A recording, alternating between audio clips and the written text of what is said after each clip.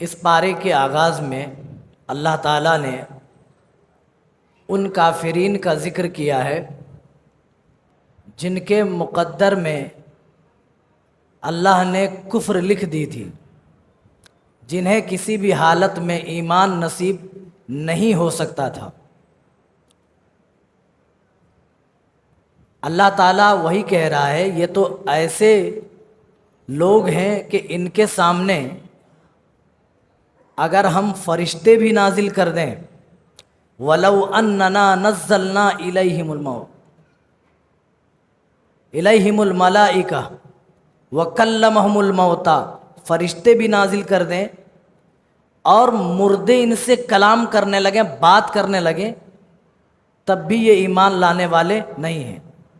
وَحَشَرْنَا عَلَيْهِمْ كُلَّ شَيْءٍ قُبُلًا مَا كَانُوا لِيُؤْمِنُوا، اور ہم تمام موجودات کو، تمام چیزوں کو ان کے روبرو لا کر کھڑا کر دیں، تب بھی یہ ہرگز ایمان کو قبول نہیں کریں گے، مگر یہ کہ اگر اللہ چاہے تو۔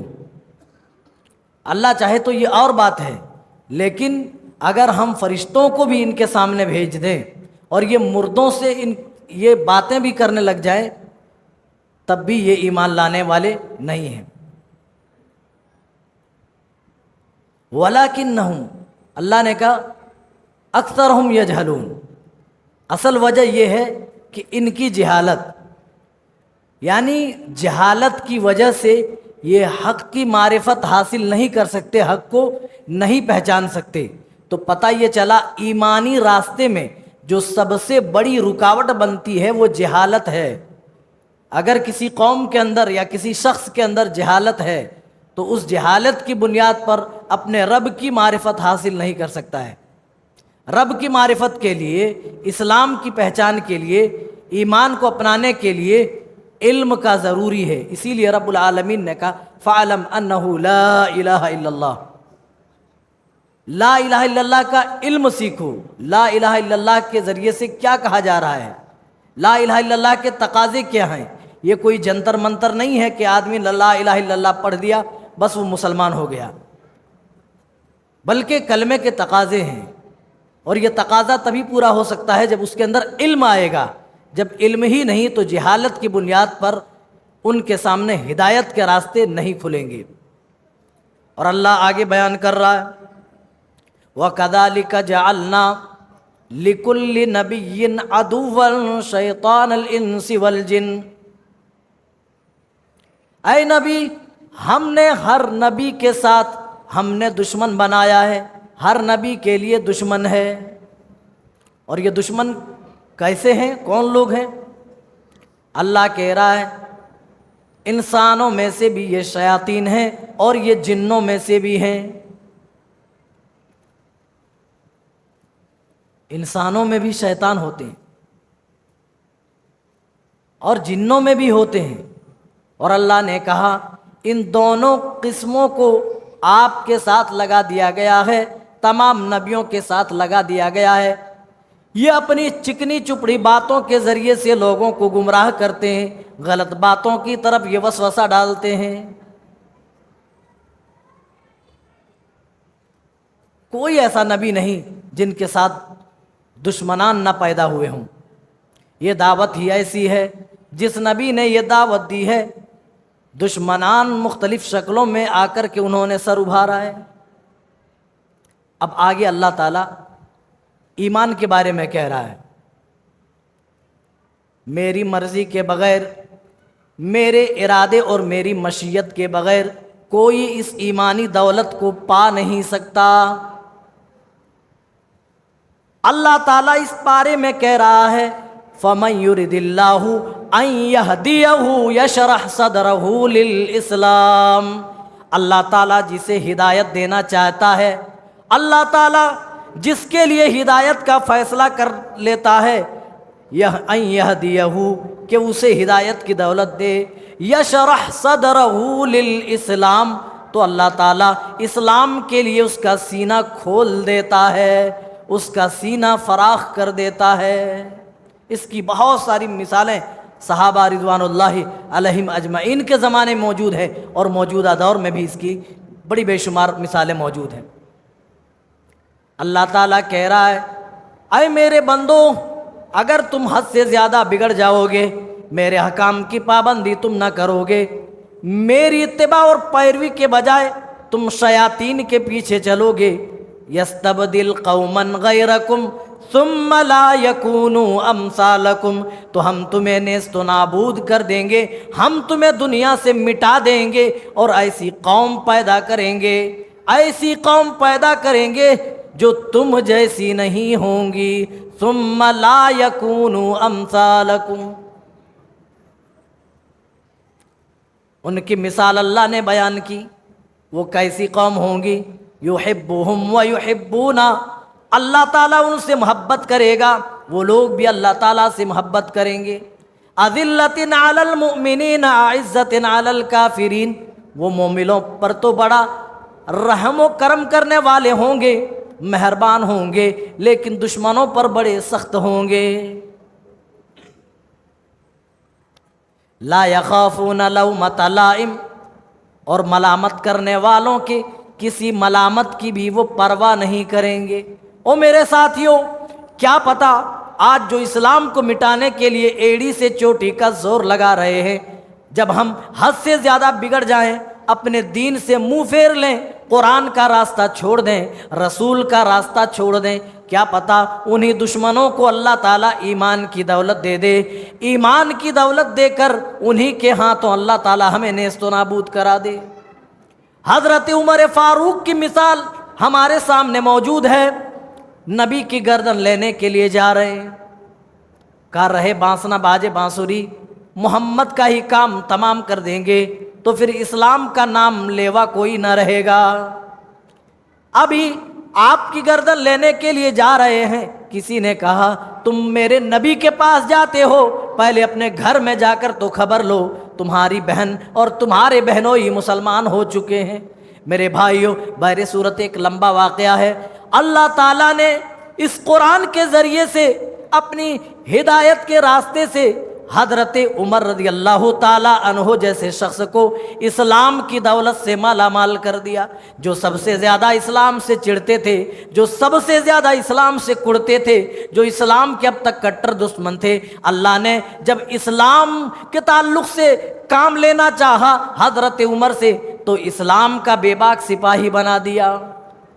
میرے بھائیوں، تو یہ وقت دور نہیں ہے کہ جب ہم حد سے زیادہ بگڑ جائیں تو اللہ تعالیٰ ہمیں نیست و نابود کر کے ایسی قوم پیدا کرے جو اللہ کے لیے مرنے جینے والے ہوں۔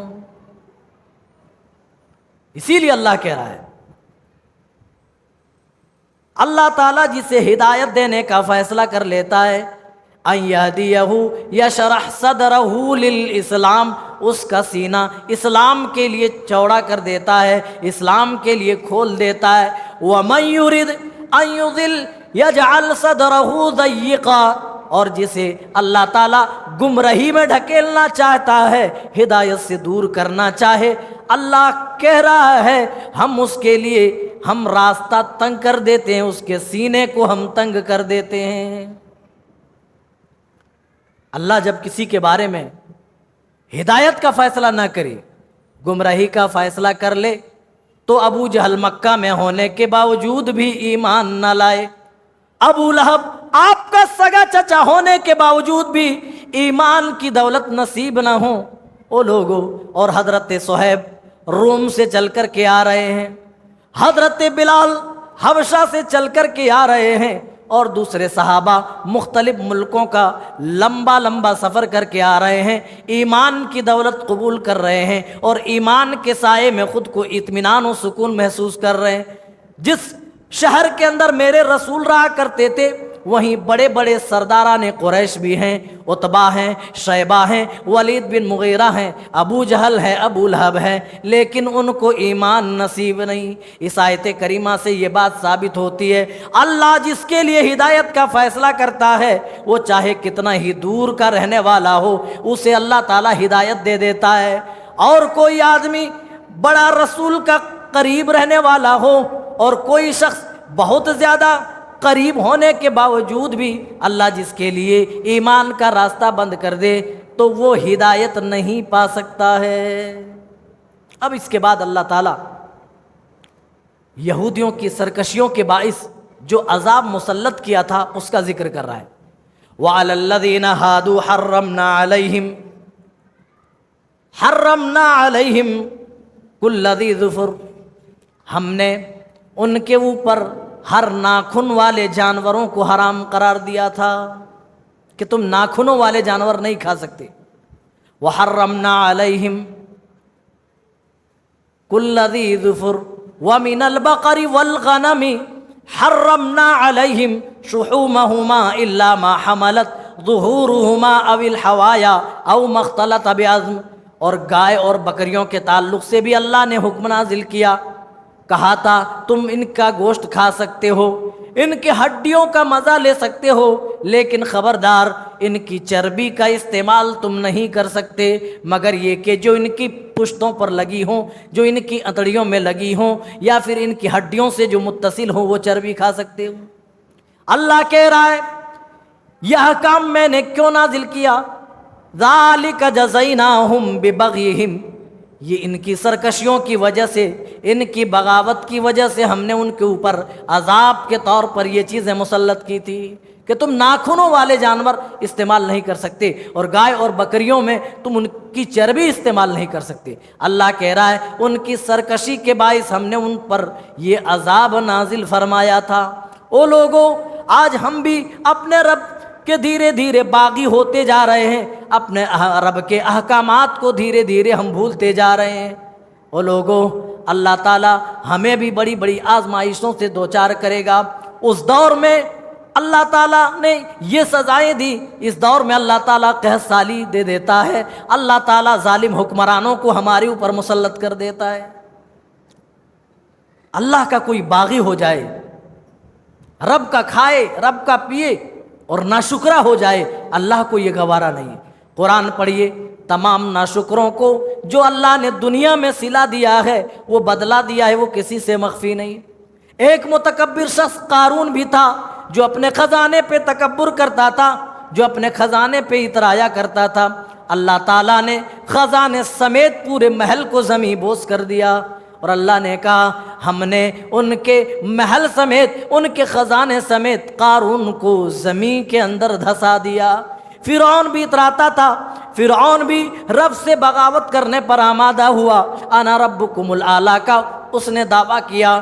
جب بھی حضرت موسیٰ و ہارون ان کے سامنے جایا کرتے تھے، ایک اللہ کی طرف بلاتے تھے، تو وہ کہتا تھا اے موسیٰ تم کیا ایک اللہ کی بات کرتے ہو؟ ہذہ الانہار تجری من تحتی، میرے محلوں کو تو دیکھو اور اس کے نیچے جو نہریں بہ رہی ہیں ان نہروں کو تو دیکھو، اور مصر میں دریائے قلزم ہے، مصر میں دریائے نیل ہے، اور بڑی بڑی دریا موجود ہیں، ان کو تو دیکھو، اور خصوصاً ان نہروں کو دیکھو جو میرے محل کے نیچے سے گزرتی ہیں۔ اللہ نے جب سمندر میں ڈبویا تو ایمان لانے لگا۔ اللہ نے کہا اے فرعون یہ ایمان لانے کا وقت نہیں ہے۔ تو میرے بھائیوں، جو رب کا باغی ہو جائے، اللہ تعالیٰ کا یہ اصول ہے، یہ قاعدہ ہے کہ اللہ تعالیٰ انہیں دنیا میں بھی سبق سکھاتا ہے اور آخرت میں جو سزائیں دے گا وہ تو دے گا ہی۔ اسی لیے میرے بھائیوں، ہم اپنے رب کے باغی نہ بنیں، اپنے رب کے احکام سے بغاوت نہ کریں۔ رب نے جو حکم دیا ہے، ہماری کوشش یہ ہونی چاہیے کہ ہم اپنے رب کی بتائی ہوئی، رب کی مرضی کے مطابق ہم چلیں، خود کو اس کی مرضی کے مطابق ڈھال لیں، ہم خواہشات نفس کے پیچھے نہ چلیں، ہم شیطان کے بہکاوے میں نہ آئیں اور آگے بڑھ جائیے۔ اللہ تعالیٰ اب کچھ احکام تمام مسلمانوں پر نازل کر رہا ہے۔ اس کے ذکر کے بعد اللہ تعالیٰ تھوڑا آگے بڑھ کر کے ارشاد فرما رہا ہے، اے نبی آپ کہہ دیجئے تعالو، آؤ، اتلو ما حرم ربکم علیکم اللہ تشرکوا بہ شیئا، آؤ میں تمہیں وہ چیزیں پڑھ کر کے سنا دوں، میں تمہیں بول کر کے بتا دوں جن چیزوں کو، جن کاموں کو اللہ تعالیٰ نے تمہارے اوپر حرام قرار دیا ہے۔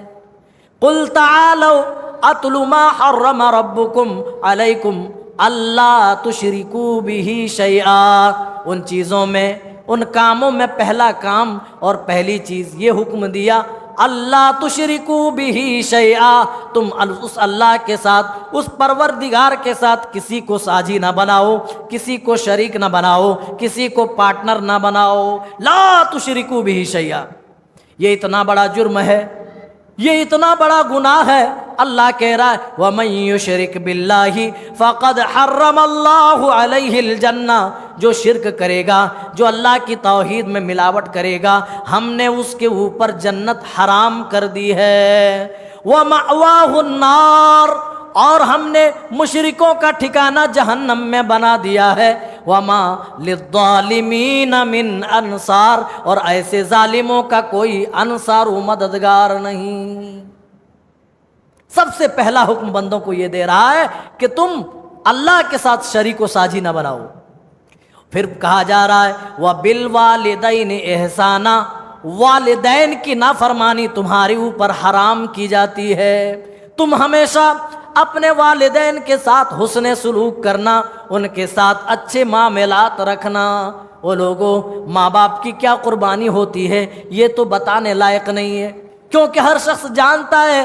او میرے ساتھیوں، جب تم بولنے کے لائق نہیں تھے، تمہاری توتلی زبان سے جب تم کوئی چیز طلب کرتے تھے، کوئی چیز مانگتے تھے، تمہارا وہ باپ جس کو تم کھوسٹ بڈھا کہتے ہو، جس کو تم توجہ نہیں دیتے ہو، جن کی باتوں کی طرف تم دھیان نہیں دیتے ہو، وہی بڈھا تھا جو تمہاری توتلی زبان سمجھنے کی کوشش کرتا تھا اور تمہاری ایک ایک تمنا، ایک ایک آرزو تمہاری پوری کرتا تھا۔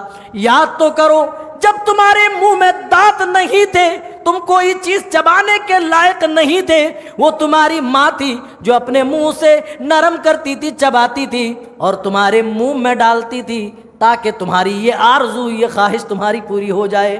ماں کی قربانی کو تو یاد کرو، جب تم چھوٹے تھے، ڈائپر کا زمانہ نہیں تھا، تم پیشاب کرتے تھے، تم بستر پہ کر دیتے تھے، ماں اس گیلے بستر پہ سوتی تھی، تمہیں خشک بستر پہ، سوکھے بستر پہ سلایا کرتی تھی۔ اس باپ کی قربانی کو تم کیسے فراموش کر سکتے ہو؟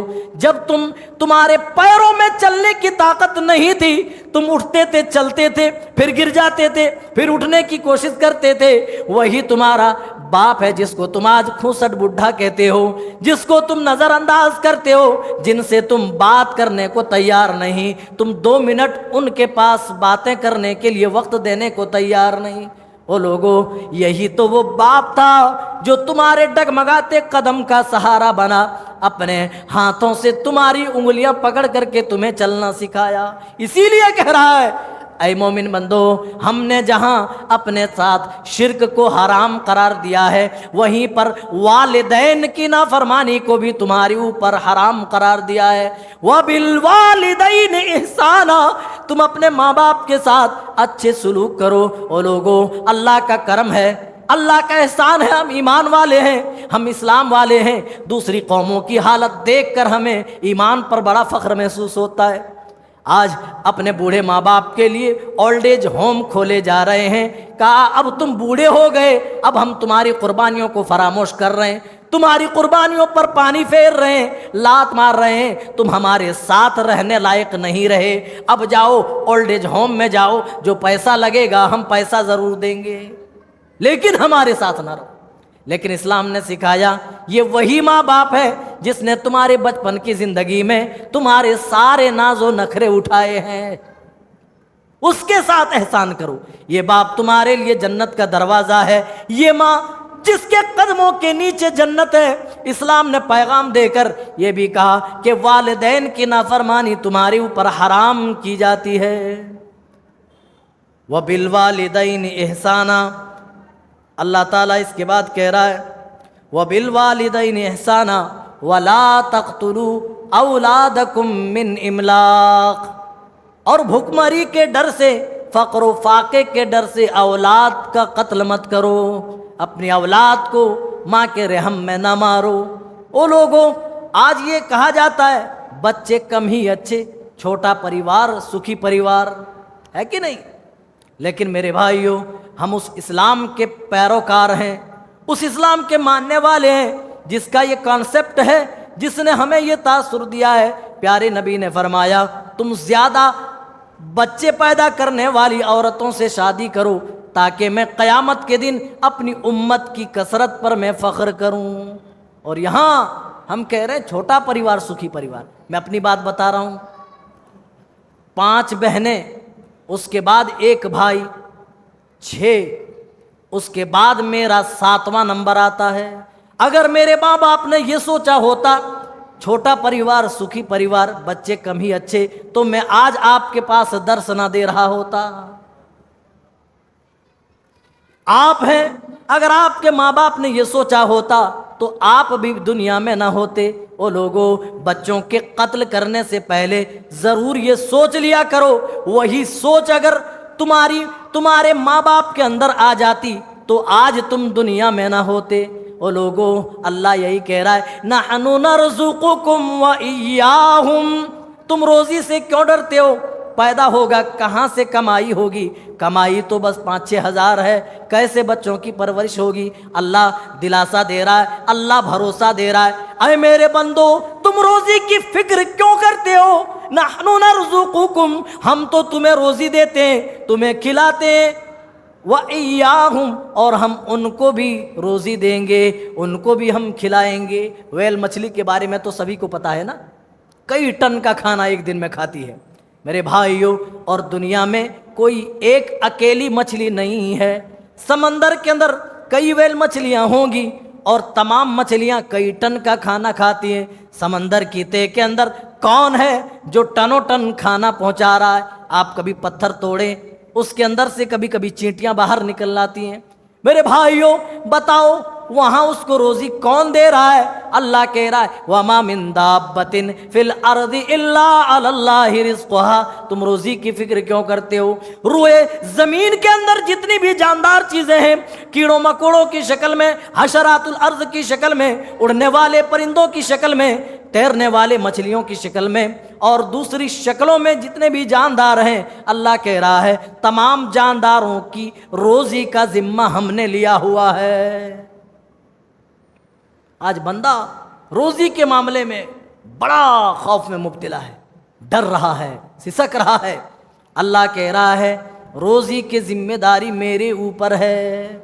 وَمَن يَتَّقِ اللَّهَ يَجْعَل لَّهُ مَخْرَجًا، تم میرا ڈر اپنے اندر پیدا کر لو، ہم تمہارے لیے راستے ہموار کر دیں گے۔ وَيَرْزُقُهُ مِنْ حَيْثُ لَا يَحْتَسِبُ، اور تمہیں ایسی جگہ سے رزق دیں گے لا يحتسب، جہاں سے کبھی تمہارا گمان بھی نہیں گیا ہوگا، تمہارے وہموں میں بھی نہیں آیا ہوگا۔ اللہ سے تو ڈرو، اللہ کے احکام پہ تو چلو۔ اللہ کہتا ہے روزی کی بات کرتے ہو، ہم تمہیں ایسی جگہ سے رزق دیں گے جہاں سے تم نے سوچا بھی نہیں ہوگا۔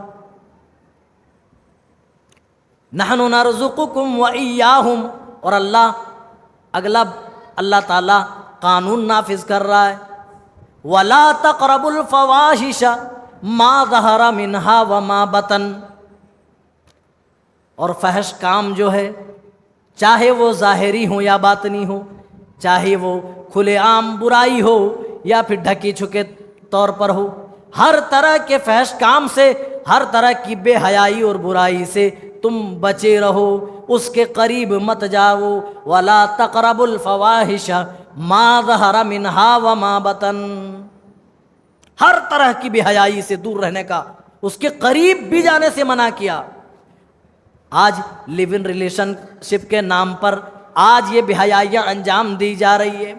آج معاشرے میں گرل فرینڈ اور بوائے فرینڈ کا کلچر عام ہوتا جا رہا ہے۔ میرے بھائیوں، جس معاشرے کے اندر یہ گرل فرینڈ اور بوائے فرینڈ کا کلچر عام ہو جائے، جہاں لیو ان ریلیشن شپ کو قانونی حیثیت حاصل ہو جائے، وہاں کوئی نوجوان اسلامی شریعت کے مطابق نکاح کر کے گھر بسا لے تو اللہ کی قسم اس سے بڑا کوئی متقی اور پرہیزگار نہیں ہے۔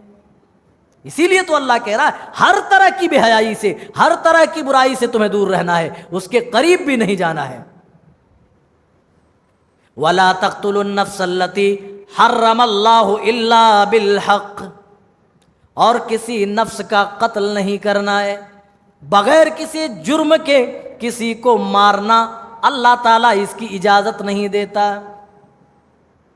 وَلَا تَقْتُلُوا النَّفْسَ الَّتِي حَرَّمَ اللَّهُ إِلَّا بِالْحَقِّ، کسی کی جان لینا یہ کتنی بڑی چیز ہے. ابھی پچھلے پارے کے اندر یہ بات گزر چکی ہے. اللہ نے کتنی سخت وعید نازل فرمائی. وَمَن يَقْتُلْ مُؤْمِنًا مُتَعَمِّدًا، جو شخص کسی مومن کو جان بوجھ کر مارے، اس کا قتل کرے، فَجَزَاؤُهُ جہنم، تو اللہ تعالیٰ کہہ رہا ہے ہم اسے جہنم میں داخل کریں گے، اس کا بدلہ، اس کی سزا جہنم ہے. وَغَضِبَ عَلَيْهِ، اس پر اللہ کا غضب ہے.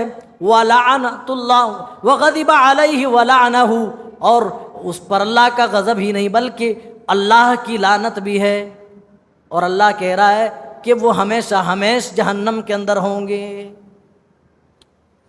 اگر اسلامی حکومت قائم ہوتی ہے تو اسلامی حکومت میں کسی مسلمان کی جان 3 صورتوں کے علاوہ جائز نہیں ہے. لا يحل دم امرئ مسلم الا باحدى ثلاث، 3 صورتیں ہیں جہاں ایک مسلمان کو مارا جا سکتا ہے.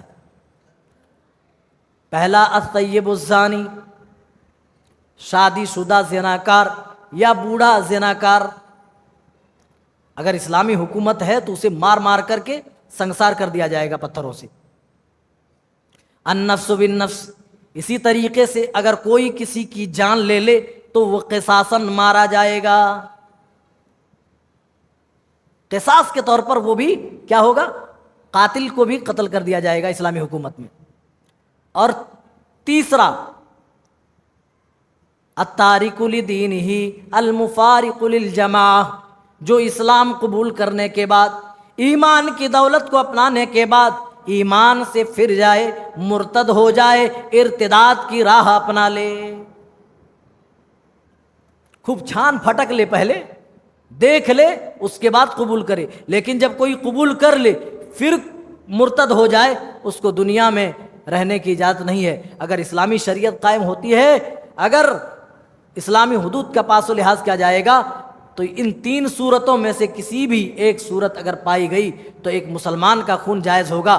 ورنہ اس کے علاوہ کوئی ایسا جرم نہیں جس کی وجہ سے کسی مسلمان کو مارا جا سکتا ہے، کسی کا قتل کیا جا سکتا ہے.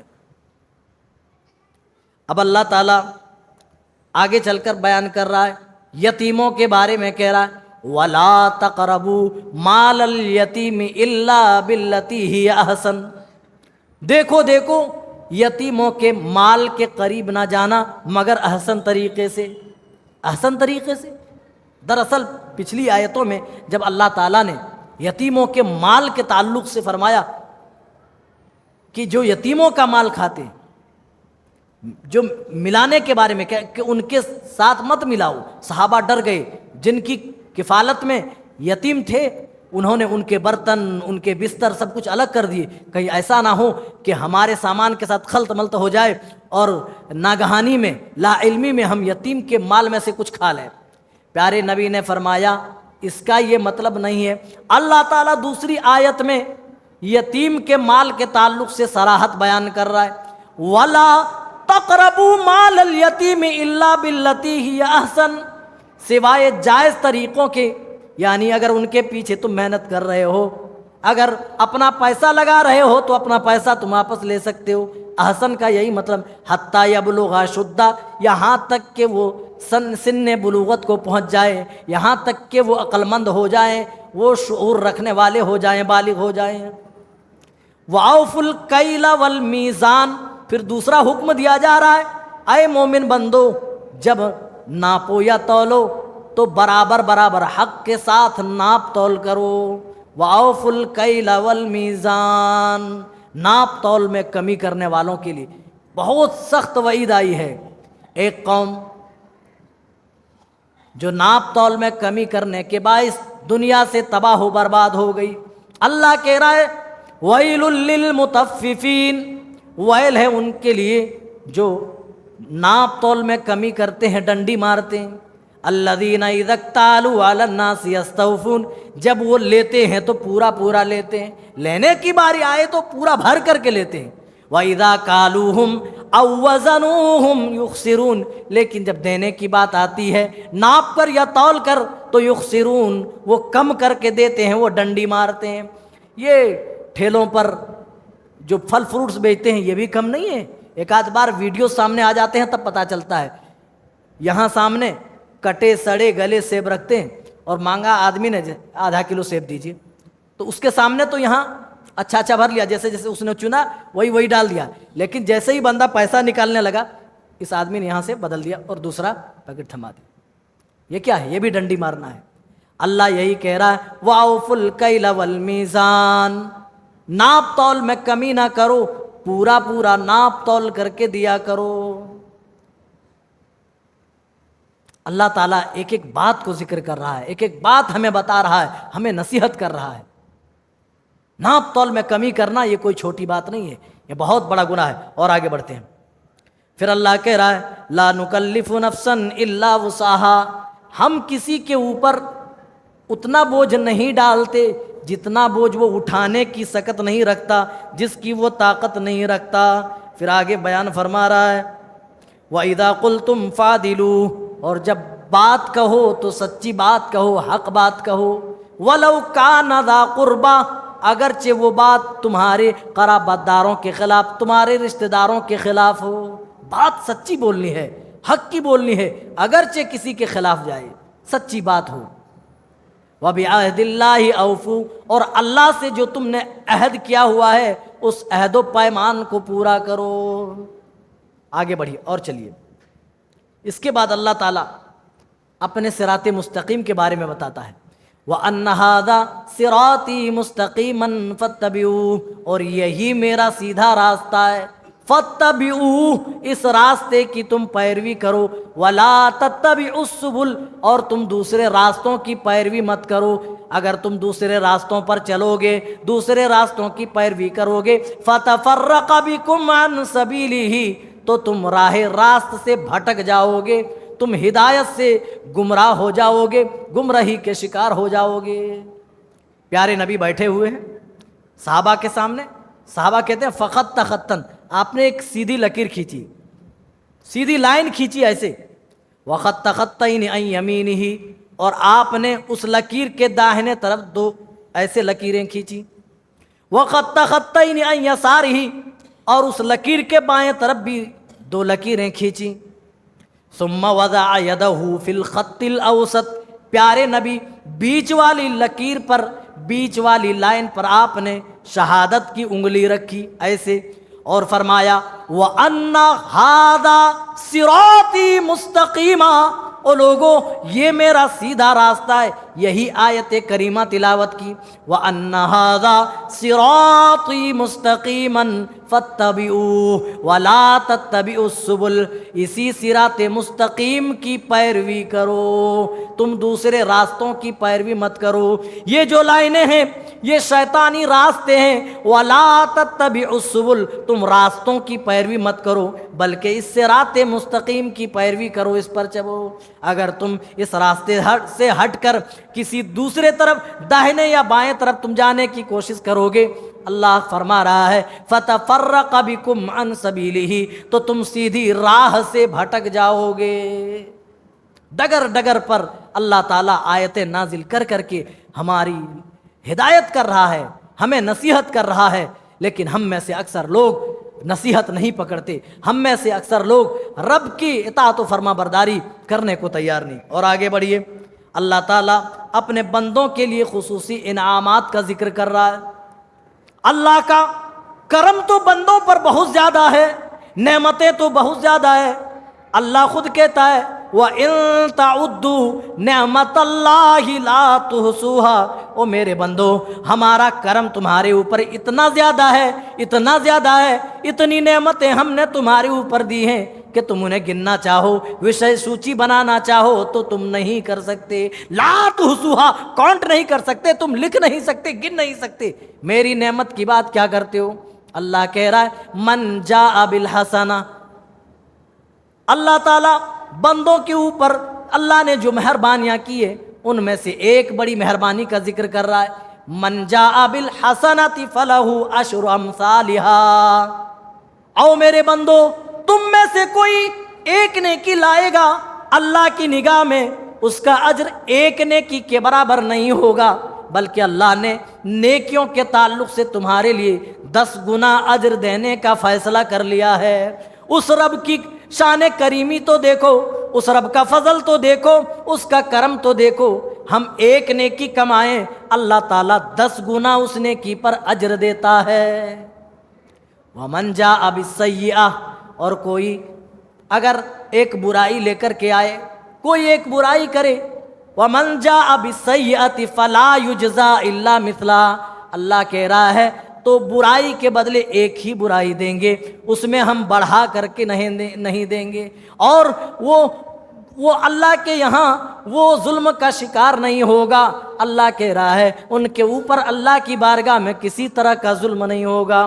پیارے نبی اس اپنی حدیث میں اس کی تشریح فرماتے ہیں، فَمَنْ جَاءَ بِالْحَسَنَةِ فَمَنْ هَمَّ بِحَسَنَةٍ، جو شخص نیکی کا ارادہ کرے، ابھی کیا نہیں ہے، نیکی کا ارادہ کر لے، فَلَهُ حَسَنَةٌ كَامِلَةٌ، تو اس کے لیے مکمل ایک نیکی لکھ دی جاتی ہے۔ ابھی آپ نے نیکی نہیں کی، آپ نے ارادہ کر لیا کہ صبح سحری کھاؤں گا اور روزہ رکھوں گا، فجر میں باجماعت نماز پڑھوں گا، تکبیر اولیٰ کے ساتھ نماز پڑھوں گا، یہ آپ نے سوچ لیا، نیت کر لی، ابھی سے نیکی لکھ دی گئی۔ اور جب آپ عمل کر لیں گے، اس نیکی کو اللہ تعالیٰ بڑھا کر 10 سے لے کر 700 گنا تک بڑھاتا ہے۔ پیارے نبی اپنی حدیث میں تشریح کر رہے ہیں، اللہ کی مہربانیوں کا ذکر کر رہے ہیں، اور جو کوئی برائی کا ارادہ کرتا ہے، فَمَنْ هَمَّ بِسَيِّئَةٍ، کوئی برائی کے بارے میں سوچتا ہے تو اس کی سوچ پر پکڑ نہیں ہے، ارادہ کیا تو کوئی گناہ نہیں، لیکن ارادہ کرنے کے بعد بھی اس ارادے کو ترک کر دیا، چھوڑ دیا، برائی کا ارادہ کرنے کے بعد بھی برائی نہیں کی، تو اس پر بھی اجر دیا جا رہا ہے۔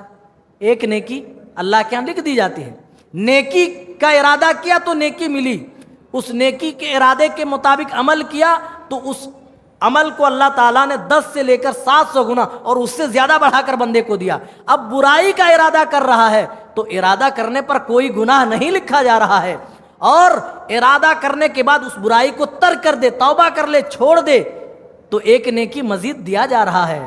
اللہ اکبر، یہ اللہ کا کرم دیکھیں، اللہ کا بندوں پر احسان دیکھیے میرے بھائیوں۔ ہم برائی کریں، برائی کے بارے میں سوچیں تو پکڑ نہیں، اس برائی کو چھوڑ دیں تو نیکی مل رہی ہے۔ اگر برائی کی نیت کرنے کے بعد برائی کر لے تو اتنی ہی برائی لکھی جاتی ہے جتنی بڑی برائی ہوتی ہے۔ اللہ تعالیٰ نیکی کی طرف بڑھا کر برائی نہیں لکھتا ہے، یہ بندوں پر رب کے احسانات ہیں، یہ اس کا کرم ہے کہ اللہ تعالیٰ نے بندوں کو اس طریقے سے اپنی عنایات کا حصہ بنایا ہے۔ اور آگے چلیے، آگے چل کر اللہ بیان فرما رہا ہے، تمام نبیوں کا جو میسج رہا ہے، جو پیغام رہا ہے، وہی پیغام پیارے نبی کو بھی دیا جا رہا ہے۔ اے نبی آپ کہہ دیجئے، ان صلاتی و نسکی و محیای و مماتی للہ رب العالمین، میرا جینا، میری نماز، میری قربانی، میرا جینا، میرا مرنا، تمام چیزیں رب العالمین کے لیے ہے۔ تمام چیزیں ہم عبادت کرتے ہیں اسی کے لیے، نمازیں پڑھتے ہیں اسی کے لیے، ہماری زندگی ہے اسی کے لیے، ہماری موت بھی آئے گی تو اسی کے لیے۔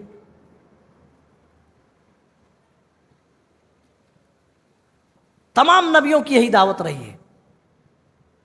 اللہ تعالیٰ فرما رہا ہے، وَلَقَدْ بَعَثْنَا فِي كُلِّ أُمَّةٍ رَسُولًا أَنِ اعْبُدُوا اللَّهَ وَاجْتَنِبُوا الطَّاغُوتَ، ہم نے تمام قوموں میں رسول بھیجا، تمام امتوں میں ہم نے رسول بھیجا، اور تمام کا پیغام یہی تھا، تمام کا پیغام یہی تھا، میسج یہی تھا، ان کی ذمہ داری یہی تھی کہ وہ ان اعبدوا اللہ، اللہ کی عبادت کا حکم دیں، وَاجْتَنِبُوا الطَّاغُوتَ، اور طاغوت کی عبادت سے، شیطان کی عبادت سے، اس کی پرستش سے لوگوں کو بچائیں، دور کریں۔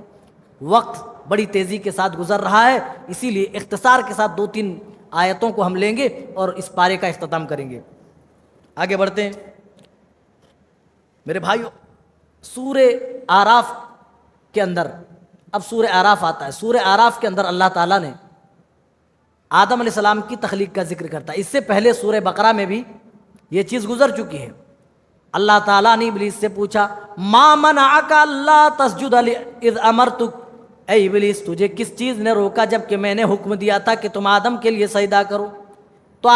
تو ابلیس دلیل دینے لگا، پروف دینے لگا، اس لیے میں نے سجدہ کرنے سے انکار کر دیا۔ انا خیر منہ خلقتنی من نار وخلقتہ من طین، اس لیے کہ میں آدم سے بہتر ہوں۔ اے اللہ تو نے مجھے بھڑکتی آگ سے پیدا کیا اور آدم کو سڑی گلی مٹی سے پیدا کیا۔ پھر اللہ تعالیٰ آگے فرماتا ہے کہ شیطان کو جب ہم نے ذلیل و رسوا کر دیا، ذلیل کر کے رسوا کر کے نکال دیا، تو شیطان نے مجھ سے مہلت مانگی، اے اللہ میں تیرے بندوں کو بہکاؤں گا، اس کی مہلت چاہتا ہوں۔ انظرنی الی یوم یبعثون، میں قیامت تک کے لیے مہلت چاہتا ہوں۔ اللہ نے مہلت دے دی تو شیطان نے کیا کہا؟ لاقعدن لہم صراطک المستقیم، میں سیدھے راستے پر بیٹھ جاؤں گا، صراط مستقیم پر بیٹھ جاؤں گا۔ ثم لآتینہم من بین ایدیہم ومن خلفہم وعن شمائلہم وعن ایمانہم وعن شمائلہم ولا تجد اکثرہم شاکرین، اے اللہ میں تیرے بندوں پہ حملہ کروں گا، آگے سے بھی، پیچھے سے بھی، دائیں سے بھی، بائیں سے بھی۔ اوپر سے ذکر نہیں ہے کہ اوپر سے حملہ کروں گا، کیوں؟ کیونکہ اوپر سے اللہ کی رحمتیں اترتی ہیں۔ اور شیطان نے کہا اے اللہ میرے بہکانے کے پاداش میں آپ دیکھیں گے ولا تجد اکثرہم شاکرین، آپ اپنے بندوں کو شکر گزار نہیں پائیں گے۔ اور مفسرین نے شکر گزار کی جو تفسیر کی ہے وہ یہ کہ موحد نہیں رہنے دیں گے۔ موحد سے کی ہے کہ کوئی بندہ، اکثر بندوں کو اللہ تعالی شیطان یہ ابلیس توحید سے ہٹا کر کفر و ضلالت کے راستے پر اتار دے گا۔ اس طریقے سے اللہ تعالیٰ نے بیان کیا۔ پھر آراف کا نمبر آتا ہے، آراف کا اللہ تعالیٰ ذکر کرتا ہے۔ آراف جانتے ہیں؟ جنت اور جہنم کے درمیان ایک جگہ ہے۔ اللہ تعالیٰ یہاں ان لوگوں کو رکھے گا جن کی نیکیاں اور برائیاں برابر ہوں گی، نہ نیکیاں اتنی زیادہ ہوں گی کہ وہ جنت کے حقدار ہو جائیں، نہ برائیاں اتنی زیادہ ہوگی کہ وہ جہنم میں چلے جائیں۔ اسی لیے ان کو آراف نامی ایک جگہ پہ، یعنی جنت اور جہنم کے درمیان والی جگہ میں ان کو کھڑا کیا جائے گا۔ اور اس سورت کا نام بھی آراف اسی لیے پڑا، اس میں آراف والوں کا ذکر ہے، جہنمیوں کا ذکر ہے، آراف والوں کا ذکر۔ آراف والے جنتیوں کو سلام کریں گے، جنتیوں سے محبت کریں گے، وہیں پر جہنمیوں سے نفرت کریں گے۔ اسی بنیاد پر اللہ تعالیٰ ان کے لیے بھی جنت کا فیصلہ کر دے گا، انہیں بھی جنت کے اندر داخل کر دے گا۔ اللہ تعالیٰ نے مسجد میں داخل ہونے کے آداب بتائے، ان میں ادب یہ بتایا یا بنی آدم خذوا زینتکم عند کل مسجد، جب تم مسجدوں میں آؤ، اللہ کے گھروں میں آؤ تو زینت کے ساتھ آؤ، زینت کے ساتھ، اچھا کپڑا پہن کر، خوشبو لگا کر کے آؤ۔ نہیں مول صاحب نماز ہو جاتی ہے نا، ارے نماز تو ہو جاتی ہے، لیکن پیارے نبی فرماتے ہیں جب بندہ رب کے گھر میں آتا ہے، مسجد میں آتا ہے تو وہ رب کا مہمان ہوتا ہے۔ ہم اپنے رشتہ داروں کے یہاں مہمانی میں جائیں تو نیا نیا کپڑا استری کر کے، پرفیوم لگا کر کے، ٹوپی کرتا اور صدری پہن کر کے جائیں، لیکن جب رب کے گھر میں آئیں تو ٹی شرٹ پہن کر کے آ جائیں۔ جب اللہ کے یہاں مہمانی میں آئیں تو ایسے ہی ہم آ جائیں، بنا سجے سنورے آ جائیں۔ اللہ ادب بتا رہا ہے، اللہ کے گھر کا ادب یہ ہے خذوا زینتکم عند کل مسجد، جب بھی تم رب کی مہمانی میں آؤ، رب کے گھر میں آؤ تو ادب کے ساتھ، سلیقے کے ساتھ، کرتا ورتا ٹھیک ٹھاک کر لو، دھل ڈال لو، عطر لگا لو، اچھے اچھے کپڑے پہن کر کے آؤ۔ بہر صورت اس پارے کے اختتام میں اللہ تعالیٰ نے قوم نوح، قوم عاد، قوم ثمود اور اسی طرح قوم مدین کا اللہ نے ذکر کیا۔ ان کے سامنے جب دعوت توحید ان کے نبیوں نے پیش کیا، ان کا رد عمل کیا رہا، اور ان کے رد عمل کے پاداش میں اللہ نے انہیں دنیا سے نیست و نابود کر دیا، مٹایا اور اپنے عذاب کا مزہ چکھایا، اس کا ذکر ہے۔ اور آخر میں اللہ تعالیٰ نے اپنے بندوں کو ایک پیغام دیا، ادعوا ربکم تضرعا وخفیہ۔ اس سے پہلے رب نے پیغام دیا کہ تم اپنے رب کو پکارو تضرعا، خشوع خضوع کے ساتھ، تضرع کے ساتھ۔ ہم دعا کرتے ہیں، کہتے ہیں ہماری دعا مقبول نہیں ہوتی۔ میرے بھائیوں، ہمیں دعا کرنے کا سلیقہ نہیں آتا، ہمارے اندر سلیقہ نہیں ہے، ہمارے پاس طریقہ نہیں ہے۔ اللہ طریقہ بتا رہا ہے، ادعوا ربکم، تم اپنے رب کو پکارو، کیسے؟ تضرعا، خشوع خضوع کے ساتھ، عاجزی کے ساتھ، انکساری کے ساتھ۔ مسجد میں تو ہاتھ اٹھا کر دعا کرنا یہ عام ہے، تنہائی میں رب کے سامنے ہاتھ اٹھا کر، رو رو کر، گڑ گڑا کر، تضرع کے ساتھ تو مانگو، جس طرح میرے پیارے نبی نے بدر کے میدان میں مانگا تھا۔ اللہ اکبر، رب کے سامنے آپ رب کے سامنے ہاتھ پھیلائے ہوئے اور کہہ رہے ہیں اللہم آتنی ما وعدتنی، آپ آنکھوں سے آنسوؤں کے قطرے گرا رہے ہیں اور اللہ سے کہہ رہے ہیں اے اللہ مجھے وہ دے جس کا تو نے وعدہ کیا ہے۔ اللہم ان تہلک ہذہ العصابہ لن تعبد فی الارض ابدا، اے اللہ جو میرے پاس پونجی تھی، جو میرا کیپٹل تھا، وہ میں لے کر کے آ گیا ہوں، یہ 313 لوگ، یہ میری پونجی ہے، یہ میرا سرمایہ ہے، یہ میرا کیپٹل ہے، اگر یہ جماعت مار دی گئی تو اے اللہ لن تعبد فی الارض ابدا، تیری زمین پر تیرا نام لیوا کوئی نہ ہوگا۔ آپ گڑ گڑا رہے ہیں، رو رہے ہیں، آنسو بہا رہے ہیں اور رب کی بارگاہ میں عاجزی و انکساری کے ساتھ مانگ رہے ہیں۔ آپ نے اس قدر گریہ جاری کی، اس طرح عاجزی سے دعا کی، حضرت ابو بکر جیسے رقیق القلب رہ نہیں پائے اور پیارے نبی صلی اللہ علیہ وسلم کے ساتھ چمٹ گئے اور کہنے لگے کفا کا مناشدت کا رب کا، اللہ کے رب کا، اے میرے محبوب صلی اللہ علیہ وسلم بس کیجئے، آپ کی دعا اللہ تعالیٰ رد نہیں کرے گا بلکہ اللہ تعالیٰ آپ کی دعا ضرور قبول کرے گا۔ اور دنیا نے دیکھا اپنے نبی کو اللہ تعالیٰ نے فرشتے بھیج کر آسمانوں سے نبی کی مدد فرمائی۔ تو میرے بھائیوں، مانگنے کا، رب کو پکارنے کا طریقہ ہونا چاہیے۔ اللہ بتا رہا ہے تضرعا و خفیہ، چپکے چپکے پکارو، لوگوں کے سامنے مانگنا یہ الگ بات ہے، لیکن جب چپکے عاجزی کے ساتھ اس کے سامنے گڑ گڑا کر کوئی چیز طلب کی جائے تو اس کا مزہ ہی کچھ اور ہے۔ پھر اللہ تعالیٰ نے ان قوموں کے واقعات ذکر کیے اور اس پارے کا یہ اسی کے ساتھ اختتام ہوتا ہے۔ اللہ تعالیٰ ہمیں نیک سمجھ اور اچھے عمل کی توفیق عنایت فرماوے، آمین۔ والسلام علیکم ورحمۃ اللہ وبرکاتہ۔